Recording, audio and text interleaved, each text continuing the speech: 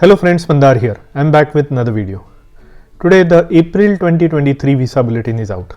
And although there is not so much of a good news, whether you like it or not, if you are in the process, you have to do this monthly pilgrimage to attend visa bulletin and see what is in there. There are a couple of changes that I would like to highlight in the visa bulletin. Also, we'll chat about some of the other points, federal rate hikes and so on. So watch this video until the end and let's get started.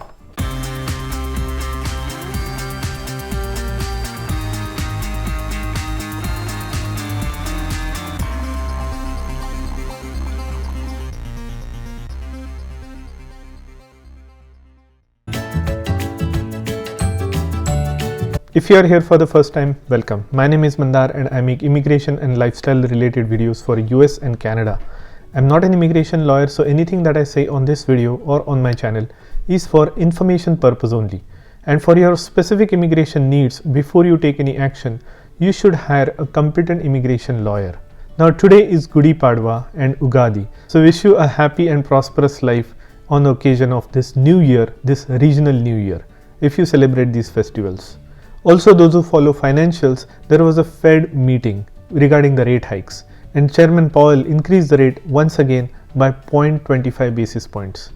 Anyways, we'll talk about that in a moment. But first, visa bulletin. Now, as usual, we'll do the comparison, side-by-side comparison of March visa bulletin and April visa bulletin. Now, April visa bulletin takes into effect on 1st of April. So, if your date becomes current, which is highly unlikely because nothing is moving forward in this visa bulletin, then you might have started preparing for your application. But regardless, let's see the comparative analysis. Now, on the left hand side, I have March 2023 visa bulletin and on the right hand side, I have April visa bulletin. Now, let's take a look at the family based preference first.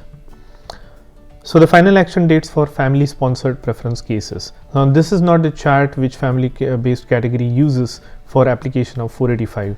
This is the chart where USCIS is actually issuing out the green cards using these dates. If your priority date happens to be on this date or prior to that or current, then they will have a visa number available for you. That's what it means. So let's take a look at what has changed. For F1 category, nothing seems to have changed. So all chargeability, China, India, Mexico, Philippines, everything remains exactly the same. F2A category has retrogressed in the final action chart. So it was current for a while, almost a year now, but now F2A category has retrogressed. Now F2A, if you will ask me what is F2A, F2A is spouses and children of permanent residents. So seems like this category is also now oversubscribed, so they have to put a limit on how many applications that they can process. F2B category has not changed at all. All the dates for all across the board remain the same. F3 and F4 also remain the same. So no chart, nothing has changed on this chart except for F2A category, which is spouses and children of permanent resident. That category has now backlogged. It has backlogged about more than 2 years. So all chargeability has gone back to 8th of September 2020, China the same, India the same, Mexico has gone back to 1st of November 2018 and Philippines again same as 8th of September 2020. Now there is a footnote below this chart that I want to read out. For April, F2A numbers exempt from per country limit are authorized for issuance to applicants from all countries with priority dates earlier than 1st of November 2018. F2A numbers subject to per country limit are authorized to issuance of applicants chargeable to all countries except Mexico with the priority date beginning 1st November 18 and earlier than 8th of September 2020. All F2A numbers provided for Mexico are exempt from per country limit. Now these are the nuances that they wanted to outline, but the bottom line is they are going to issue the visa numbers for those applicants whose date matches or is prior to the date mentioned in this chart. So hope that makes sense. If you don't know the difference between these two charts, I will put down a link in the description about my video that clearly explains what these two charts mean. Or if you are still confused, put down in the comment section below and I will make a special video again on that topic in the future. Now let's look at the filing date chart for family based category. in the filing date chart, F1 remains exactly the same. I am not seeing any date changes. F2A remains current, fortunately. So F2A people can still apply for either 485, but they won't be processed immediately because there is a backlog. F2B is also same, no changes in F2B. F3 and F4 also exactly the same. It's almost like they copy pasted the chart from last month. Now let's move our attention to employment based category because there is some interesting stuff over there. Now these are the final action dates chart for employment based category. Now in the left hand side we have the March visa bulletin, and on the right we have April visa bulletin. Let's look at EB1. EB1 remains same, and the first thing that I have noticed is they have removed El Salvador, Guatemala and Honduras column altogether, as if it doesn't matter at this point of time, because you are so much interested in all these other dates that they have removed that column. I want to see if there is any footnote regarding that column. If there is not, then I'll just move on. Looks like they haven't told us why they have removed that El Salvador column, but anyways, let's keep going. EB1 remains the same, all the dates remain the same. EB2, the dates have retrogressed for all chargeability. So it was 1st of November 2022, now it has retrogressed to 1st of July 2022. It's even bad news for any spillover that we might have hoped for. China has not retrogressed, it has stayed the same as last month at 8th of June 2019. India has retrogressed almost by 9 months. So from 8th of October 2011 to back to 1st of January 2011. So it's again the retrogression of about 9 months. It is very bad news, and this was kind of expected because they had told us about this in the last visa bulletin. So looks like EB2 category is super oversubscribed. A lot of people are jumping from EB3 to EB2, and there are a lot of pending applicants, so they had to move this date even back. So what this means is really they cannot even process any applications that have a date in future of 1st of January 2011.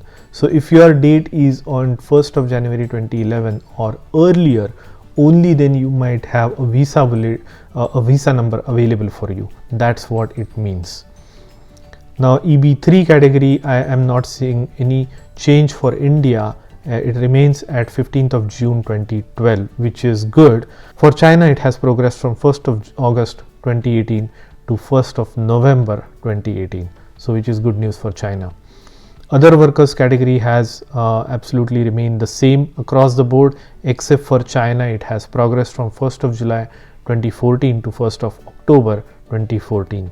And fourth preference category, the reason I'm going through all these categories because there is always a chance that these are underutilized and those numbers get transferred over to EB1, EB2. But seems like because of all of these dates, that's not going to happen. So we might have to wait a long time before we see any kind of mid-year spillovers back again, like we used to see in the previous couple of years. Certain religious workers category also remains the same, no change there, except China, which has progressed. China and all chargeability has progressed. And for EB5, most of the dates are current except for unreserved category. For India and China, it has backlog. Now let's go down to the filing date chart for employment based category. I hope there is no change, or at least a change in the positive direction, but let's look at it. EB1 is the same, exact same. I don't see any difference in the charts. It is current for all chargeability. It is 1st of June 2022 for China. Again, they have eliminated the El Salvador column. And for India, the date has remained the same, 1st of June 2022. So date has not changed from since last month. Canada, Mexico and Philippines remains the same. EB2 dates have also not changed at all. For India, it remains at 1st of May 2012. So EB2 date for the filing date chart has not changed, but EB2 date for final action chart has retrogressed by 9 months. That's the difference. For EB3, the dates have not changed either, except for China the dates have progressed from September 2018 to February 2019. So good news for China, but for EB3 India the dates have not changed in the filing chart. Unfortunately, they are stuck at 1st of August 2012, and the rest of the chart mostly remains the same except for China. China keeps progressing, although at a steady pace, which is good news for Chinese nationals, and then the rest of the chart is for EB5 remains current except for China and India. The dates have not changed. Now this was kind of expected because we talked about it in our last visa bulletin. They have clearly noted in the footnote section that this is what is going to happen. It's no surprise that the EB2 has retrogressed even further because a lot of people are upgrading from for EB2. I am surprised that EB1 has not moved at all. It is still at the same level. I would have expected a little bit of a forward movement for EB1, but that hasn't happened either. So my speculation is EB1 will still have room for improvement until the end of the year, and even in maybe in October 2023 EB1 might become current. That's just my speculation, but EB2 will remain painfully backlogged, although EB3 India will continue to remain trending a little bit forward than EB2 India. Now let's look at the footnotes section. If there are any kind of footnotes, they are talking about EB2 retrogression for the rest of the world countries, India and China and Mexico, India, Mexico and Philippines. So they are just describing whatever we already talked about, because that this category is oversubscribed and there are many applications that they had anticipated, so they had to move these dates even further back. Then they also talk about family sponsored second preference visa category, why that F2A category also retrogressed in the final action chart. And then they also make a note that there will be further retrogression in the EB4 category for all countries. So that is something that is coming. Now these are the footnotes, so nothing drastic has happened for EB1 and EB3, although EB2 India has seen retrogression even back. Now I don't anticipate any further retrogression for EB2 at this time or the rest of the fiscal year. EB2 may stay where it is. As long as it doesn't further retrogress, we should take a sigh of relief a little bit, but it's just going to be a copy paste of from month after month for the rest of the year. We may see some significant movement in October visa bulletin, but as we get closer to the end of the year, we'll start speculating about how much that further movement is going to be. So that's all about visa bulletin. I'm sorry we have to go through the pain again, but given that we have been traditionally doing this comparison for a long time, I thought why not. Another point I wanted to make is there are few channels, some bogus channels that have started using my name in their channel name. So there is a channel that has come up which is called Mandar Immigration. Now this is the most looked at phrase while YouTube does its analysis. So I looked up in the YouTube analytics and saw that Mandar Immigration has been searched a lot more times than Wisdom Trends. So somebody in India picked up that name Mandar Immigration and created their own channel. It really shows the desperation of these people trying to use somebody else's name. And I checked out that channel. There is nobody named Mandar on that channel. All they want to do is capitalize on my name to create their subscriber base. Anyways, this is a social media world and anything can be copied from anybody.